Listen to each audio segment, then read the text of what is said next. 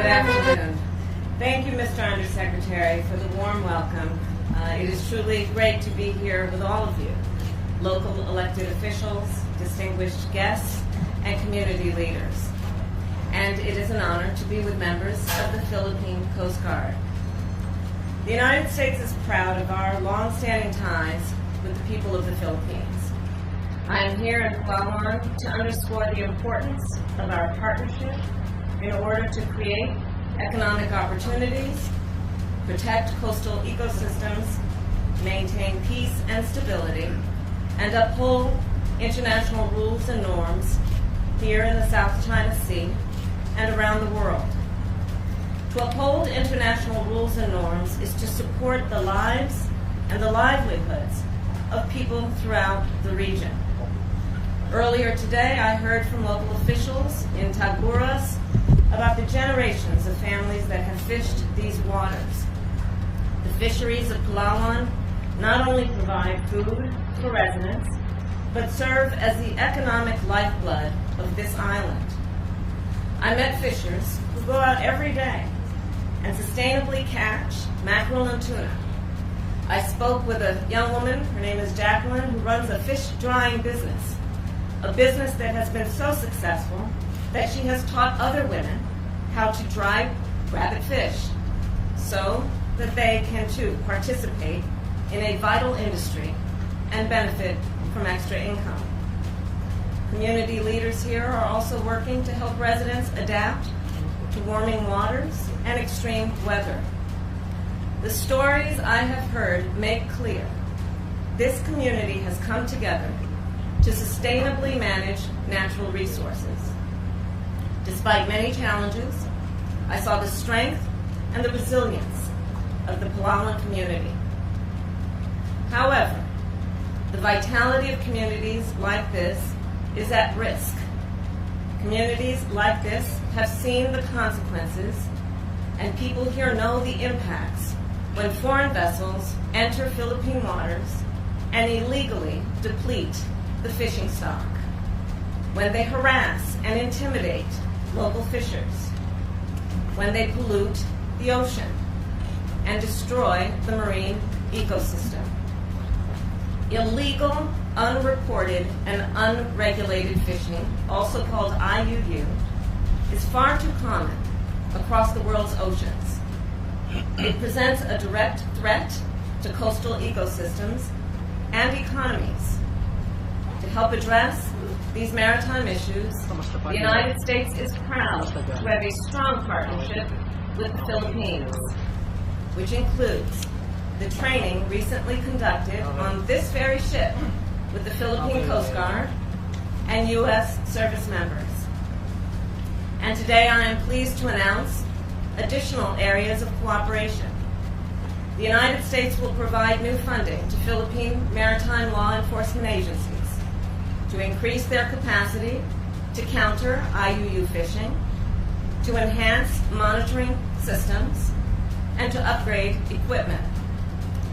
This will all build upon new initiatives I launched in May at the U.S.-ASEAN Special Summit in Washington, D.C. to provide more training, assets, and personnel to build maritime law enforcement capabilities across Southeast Asia. In addition, we have increased efforts to provide countries in the region with a wider and more accurate picture of their territorial waters. In May in Tokyo, alongside the leaders of Australia, Japan, and India, President Joe Biden launched the Indo-Pacific Partnership for Maritime Domain Awareness.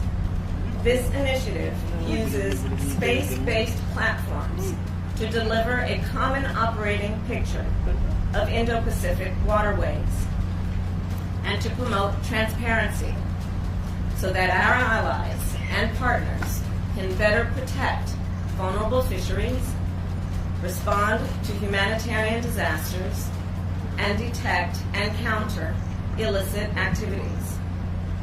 I am pleased to report that the Philippines is already receiving this stream of data alongside other partners here in Southeast Asia.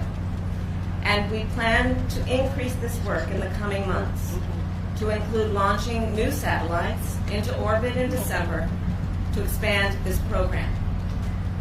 Through USAID, we are also launching a new partnership with local communities here in Palawan to promote sustainable fishing, strengthen food security, and conserve marine ecosystems. So this is how I see it. To protect the economic vitality of these communities, to protect the ecosystems they rely on, and to protect lives and livelihoods, we must uphold international rules and norms. And that is why our work here is so very important. We must stand up for principles such as respect for sovereignty and territorial integrity, unimpeded lawful commerce, the peaceful resolution of disputes, and the freedom of navigation and overflight in the South China Sea and throughout the Indo-Pacific. To the Philippine Coast Guard, you are on the front lines of standing up for the international rules-based order. Each and every day, as you patrol these waters, you uphold the rules and norms that are vital to the prosperity of the Filipino people and people around the world. The United States and the broader international community have a profound stake in the future of this region.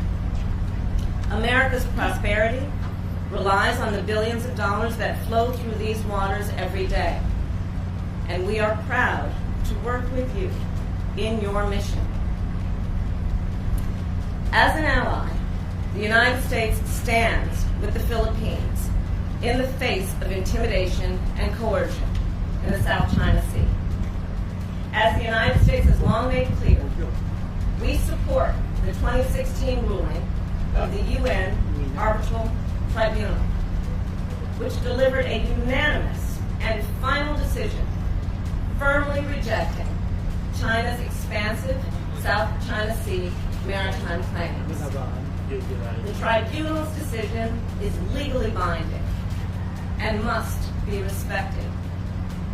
We will continue to rally our allies and partners against unlawful and irresponsible behavior. When the international rules-based order is threatened somewhere, it is threatened everywhere. So the rules and norms that I have discussed today, they matter to the United States, to the Philippines, and to communities around the world. So to all of you here today, I say, the United States-Philippines alliance is strong. We are committed to you. We are committed to your success and to all the lives and livelihoods that rely on your work. Thank you.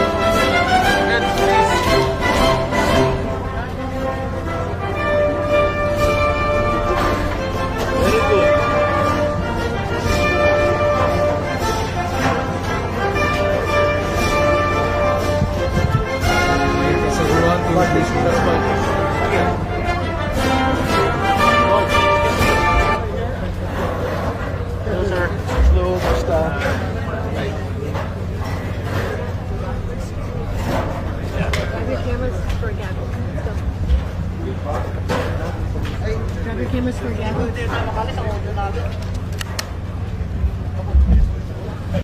Dito man tayo pwede Sorry,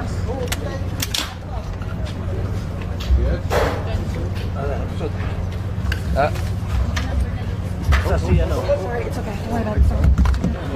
No, you're good. You're good. Come on, guys, start moving. Let's go. If you want this, you gotta move.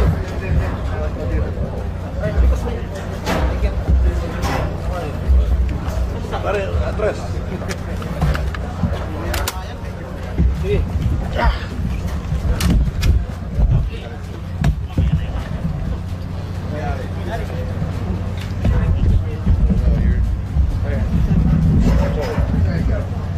Thank you.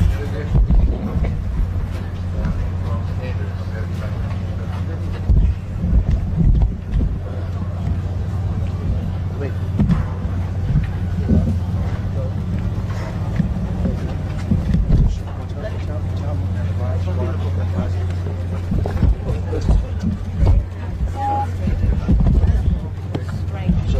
Building community, building coalitions around the issues that are dependent on these fisheries. To stand up and speak out about sustainable fishing and about the importance of speaking up against illegal activities as it relates to maritime law. So it has been important for us as the United States to demonstrate our commitment to the Philippines as a whole, but understanding also the nuances and complexities that the people of the Philippines face when it comes to not only what we need to do to ensure security and prosperity for the region, but also what we must do to address the climate crisis, be smart about that, highlight examples and models of how we can empower communities, and also speak about the importance of recognizing where this island in particular exists in the context of the South China Sea. So it has been a good trip for that reason. Jenny. Madam Vice President, would you support the new House Speaker, U.S. House Speaker visiting Taiwan? Oh, I'm not going to speak to that. I think that, first of all, I think that we have actually made a decision yet about who is the House Speaker. I think that happens every year. Madam President, the former President Trump, while we were about to come here, announced that he would be running again for the presidency. I wonder if you have a response to that announcement and whether or not you and President Biden on the ticket will be there. Well, as the President said, he intends to run, and if he does, I will be running with him. And I have no doubt about the strength of the work that we have done these past 2 years. We have delivered unprecedented relief for the American people through the height of the pandemic. We have passed an infrastructure law that many have talked about, but we actually didn't. We just recently, with the Inflation Reduction Act, did a number of things, including bringing down the cost of health care, not to mention a $370 billion in the climate crisis, which is one of the reasons that I am here in the Philippines. Because the climate crisis is an issue that requires leadership around the globe, and in particular, I would say, America's leadership. But do you think of President Trump, former President Trump's candidacy is good for the country, good for America? I am thinking about right now what we need to do to do this. Thank you for the question. Two questions for you. When do you and the president plan to campaign in Georgia? And my second question is, do you have any reaction to the deaths of 5 people in Colorado? I haven't made any decision yet on the first thing. I'm basically still trying to figure out what I'm doing tomorrow. But let's talk about Colorado. It is just tragic that these killings keep happening, that these shootings keep happening, and in particular, we've seen this before, where people should have an expectation and a right to be in a safe place and to be able to be themselves and enjoy each other's company and celebrate a moment together without fear of violence, much less death. And this is what we are seeing continuously. My heart goes out for those families and for that whole community. And I think